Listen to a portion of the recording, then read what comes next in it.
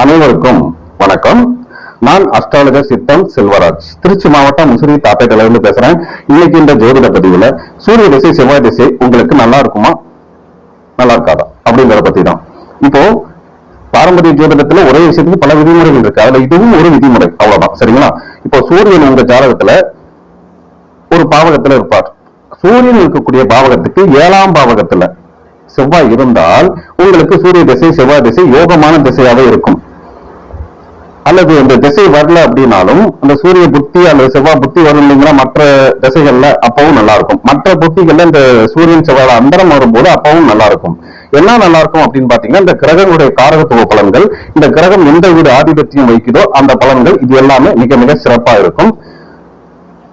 மீண்டும் அடுத்ததாக சூரியனுக்கு எந்த வீட்டில் வேறு எந்த கிரகம் வந்தால் திசை யோகமாக இருக்கும் என்பதை பற்றி அடுத்த ஒரு பதிவில் பார்ப்போம். நன்றி, வணக்கம்.